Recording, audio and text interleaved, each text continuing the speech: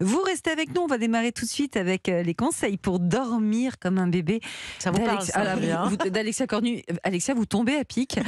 Et aujourd'hui, nous abordons un sujet souvent négligé, mais d'une importance capitale pour notre santé, c'est le sommeil. Oui, tout à fait. Effectivement, à l'approche de l'été, on entend beaucoup parler de discussions sur le summer body, sur les régimes à la mode, etc. Et on oublie souvent un des piliers de la santé qui est le plus important et qui a une influence considérable sur le stockage des graisses, c'est le sommeil, justement. Et nous avons tous évidemment entendu parler des nombreux bienfaits d'une bonne nuit de sommeil, mais est-ce que nous réalisons vraiment l'impact du manque de sommeil ? Est-ce que vous pourriez nous expliquer comment le sommeil influe sur notre corps ? Oui, tout à fait. Déjà, quand on est privé de sommeil, notre corps il va se mettre sur un mode de survie. En fait, il va un petit peu se verrouiller. Donc, quand on accumule une dette de sommeil, notre métabolisme va ralentir pour s'économiser et notre corps va avoir tendance à stocker beaucoup plus de graisse pour constituer des réserves d'énergie. De plus, le manque de sommeil va avoir tendance à perturber l'équilibre hormonal de notre corps. Et puis, ça a un impact aussi sur l'appétit. Donc, ça peut entraîner une surconsommation alimentaire pour justement aller chercher l'énergie dans la nourriture. Et notamment de sucre, j'ai pu observer. C'est clair. Qu'est-ce qu'on peut faire alors pour optimiser notre sommeil, Alexia ? Alors, il y a 3 grands principes pour permettre d'avoir un bon sommeil. Ça va être la régularité, la durée et la qualité. Donc, la régularité, je vous en parle en premier, c'est important d'établir une routine de sommeil avec le moins d'écart possible entre la semaine et le week-end.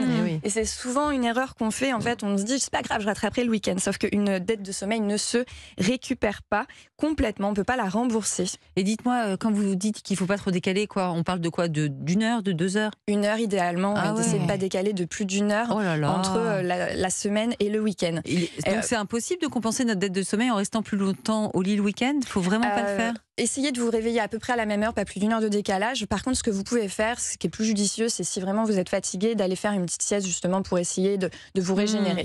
Alors, qu'en est-il du second principe, la durée ?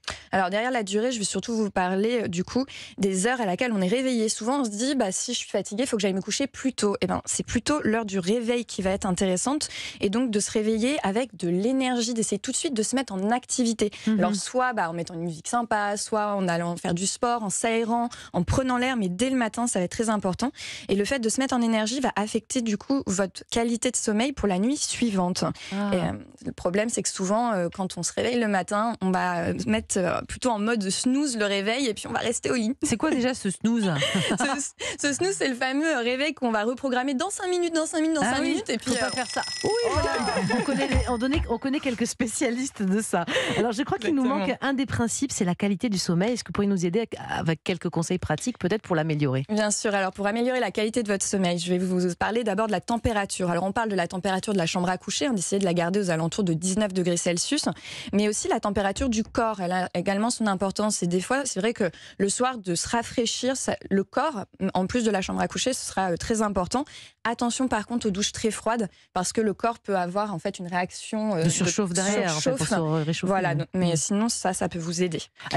J'imagine qu'il est préférable de privilégier certains aliments pour le déjeuner que pour le dîner. Est-ce que vous avez un dernier conseil pour dormir, pour bien dormir ? Oui, par rapport à l'alimentation, ça va être important de faire attention aux graisses le soir, parce que par exemple, si on prend de la viande rouge avec des fritures, on va être sur une digestion entre 4 et 6 heures.